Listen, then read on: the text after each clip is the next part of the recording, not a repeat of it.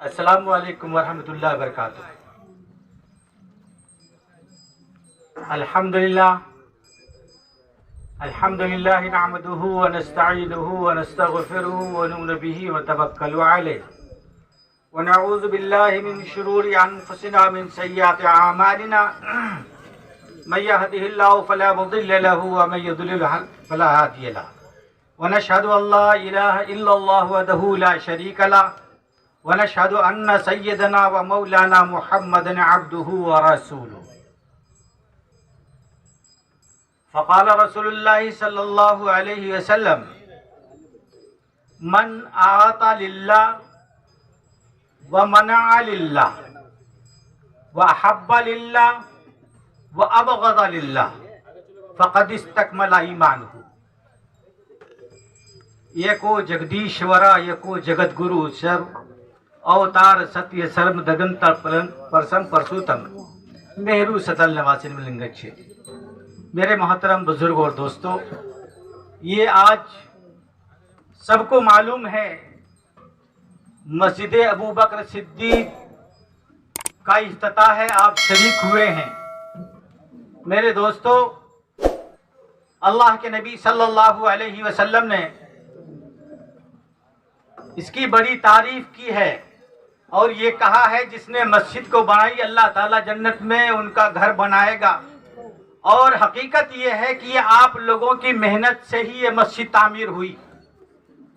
اسی لیے کہا جاتا ہے من اعطى للہ، جس نے اللہ کے لیے دیا، اللہ ہی کے لیے دیا، ذرہ برابر بھی ان کی نیت میں دکھاوا نہ ہو، کچھ بھی نہ ہو، اخلاص نیت کے ساتھ اس نے دیا، میرے دوستو اللہ ہی کے لیے دیا، تو اللہ تعالیٰ اس دینے کے بدلے میں بہت ساری نیکیاں عطا فرمائیں گے۔ اگر کوئی ایک نیکی گر کوئی بندہ کرے، ایک کے بدلے میں ان کو 10 ملے۔ جیسے کہ حضرت نبی فرمایا تھا، ایک صاحب نے اپنے مکان کے لیے میرے دوستوں پیسے جمع کیا تھا کہ ہم اپنے مکان کی تعمیر کرواویں، لیکن جب مسجد کہ اس دعوت کو لے کر کے ان کے پاس تشریف لے گئے تو انہوں نے قبول کیا اور مسجد میں بہت سارا حصہ لیا، اور وہ مسجد میں سارے پیسے لگا دیے۔ مجھے یاد آتا ہے اسی طریقے سے ایک مرتبہ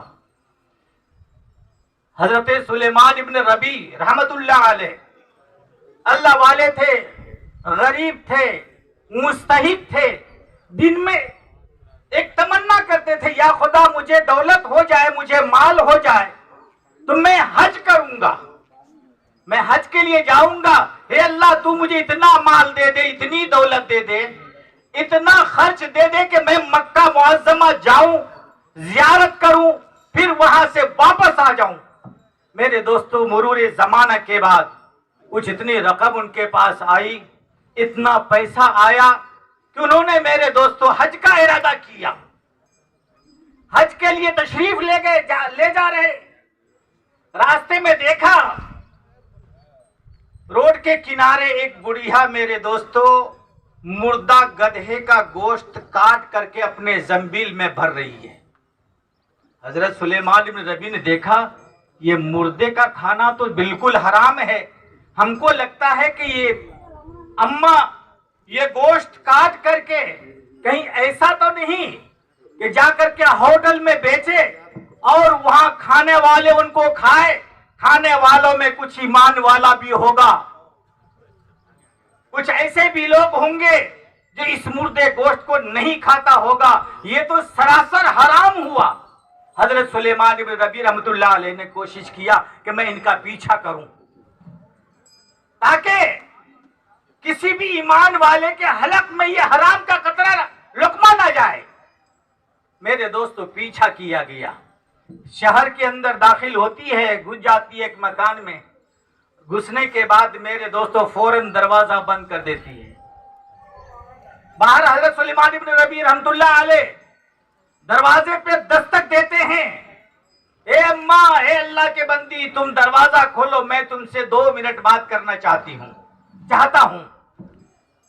گھر سے آواز آئی کہ میرے گھر میں کوئی مرد نہیں ہے، اسی لیے تم کو اندر آنے کی اجازت نہیں ہے۔ میرے محترم، انہوں نے اللہ کا واسطہ دیتے ہوئے کہا اللہ کے واسطے تم دروازہ کھولو، میں صرف 2 منٹ تم سے بات کرنا چاہتا ہوں۔ میرے دوستو، سلیمان عربی کے لیے دروازہ کھولا گیا، اندر داخل ہو گئے، سوال کیا کہ میں نے تجھے دیکھا ہے، میں نے آپ کو دیکھا ہے ایک مردے گدھے کا گوشت کاٹ کر کے زنبیل میں بھرتے ہوئے، اللہ کے واسطے ایسا کام تم مت کرو۔ کہنے لگی تمہیں معلوم نہیں ہے ہماری یہ 3 بچیاں ہیں، یتیم ہیں، کئی دن سے بھوکی ہے، ان کو کھانا نصیب نہیں ہوا ہے۔ لاسٹ ہم نے یہ ارادہ کیا کہ جان بچانے کے لیے صحیح کم سے کم یہ اس کا انتظام تو میں کر دوں۔ سلیمان بن ربیع کہاں جا رہے تھے؟ حج کے لیے میرے دوستو۔ انہوں نے کہا اچھا ٹھہرو میں بھی آتا ہوں۔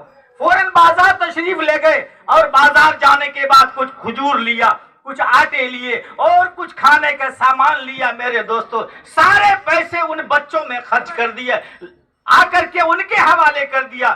اندر سے 3 بیٹیاں نکلتی ہے اور کہتی ہے اے اللہ کے ولی، اے اللہ کے بندے، جس طریقے سے تو نے آج میری مدد کی ہے، قیامت کا دن ہوگا، جاگنی کا عالم ہوگا، نفسی کا عالم ہوگا، کوئی کسی کا ساتھ دینے والا نہیں ہوگا۔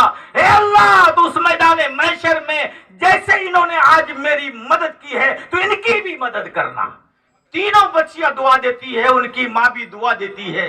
حضرت سلیمان بن عربی گھر سے نکل جاتے ہیں دعا لے کر کے، دیکھتے ہیں کہ میرے پاس سب کچھ بھی نہیں ہے، گھر واپس ہو جاتے ہیں۔ کچھ وقت گزرا، جو حاجی لوگ جا کر کے تشریف لائے، سلیمان بن عربی نے سوچا کم سے کم میں حج تو نہیں کر پایا، ان حضرات سے ملاقات کر کے آ جاؤں، ان کا ہاتھ میں ہاتھ اپنا دے کے آ جاؤں جو خانہ کعبہ کو ٹچ کر کے آیا ہے، جو خانہ کعبے کی زیارت کر کے آیا ہے، کچھ نہ کچھ برکت ہمیں بھی حاصل ہو جائے۔ سلیمان بن ربیع رحمت اللہ علیہ ان کے پاس جاتے ہیں، السلام علیکم، سلام کرتے ہیں، کہتے ہیں تعجب سے سلیمان تم کب آ گئے؟ سلیمان تم کب آ گئے؟ میں نے تم کو مینا کے میدان میں دیکھا تھا، اس کے بعد میں نے سوچا بھی کہ میں تم سے ملاقات کروں، لیکن زیادہ بھیڑ ہونے کی وجہ سے، ہجوم ہونے کی وجہ سے ہماری آپ کی وہاں ملاقات نہیں ہو پائی۔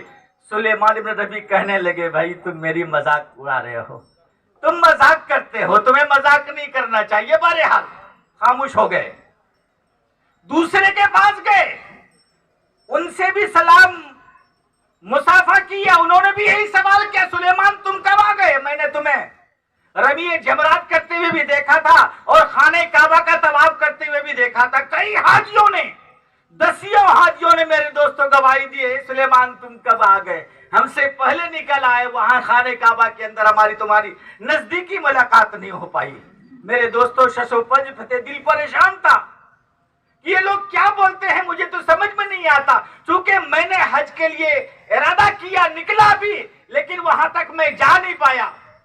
میرے دوستو رات میں سوتے ہیں، تاجدار مدینہ سرکار دو عالم صلی اللہ علیہ وسلم خواب میں تشریف لاتے ہیں اور کہتے ہیں اے سلیمان تم کتنے گواہ چاہتے ہو، تم کتنے گواہ چاہتے ہو، قربان جاؤں اس ذات پر جن کے قبضے میں میری جان ہے۔ جب تم نے حج کا ارادہ کر لیا تھا، اللہ تعالیٰ نے تیرے اس جانے کو قبول کیا، اور بالخصوص جو وہ عورت، وہ بڑھیا جو جس کو تم نے آپ نے مدد کیا تھا، وہ سیدہ خاندان سے تھی، تم نے نبی پاک صلی اللہ علیہ وسلم کے خاندان کی مدد کی۔ اللہ تعالیٰ نے تیرے شکل کا ایک فرشتہ تیار کیا اور یہ کہا اے فرشتوں سلیمان کے طرف سے تم قیامت تک حج کرتے رہا کرو۔ کیا خوش نصیب ہے وہ انسان جس نے اپنا گھر چھوڑ کر کے مسجد میں پیسے لگا دیا ہو، کیا خوش نصیب ہے وہ انسان جس نے دامے در میں سخنے اس مسجد کی میرے دوستو مدد کی ہو۔ خدا کی قسم یہی تو صدقہ جاریہ ہے۔ اور یہ جو بچے یا اصحاب صفہ جن کو بولتے ہیں میرے دوستو، یہ بھی صدقہ جاریہ ہے. یہ آپ کے 10 روپے دینے سے اگر یہ عالم بن جاتا ہے، فاضل بن جاتا ہے، مفتی بن جاتا ہے، میرے دوستوں جب ان کے شاگرد پیدا ہوتے ہیں، پھر شاگرد کے شاگرد پیدا ہوں گے، علماء کا ایک ہجوم ہو جائے گا صرف آپ کے ایک 10 روپے دینے کی وجہ سے.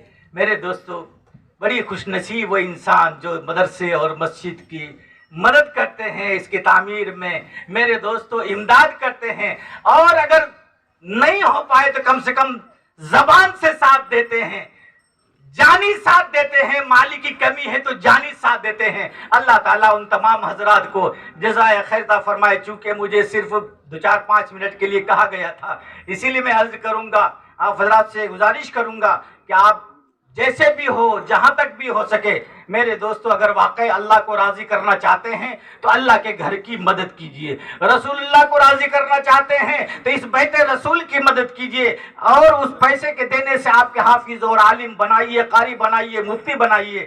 اور جیسے کہ مولانا نے کہا کہ یہ ویسا نہیں ہے کہ صرف حافظ عالم قاری ہو، بلکہ اس میں انجینئر بھی پیدا ہوگا، ڈاکٹر بھی پیدا ہوگا، اور میرے دوستو سائنٹسٹ بھی پیدا ہوگا. اللہ تعالی ہم تمام مسلمانوں کو صحیح طریقے سے اس خانہ خدا کی مدد کرنے کی توفیق عطا فرمائے. وما علینا الا البلاغ.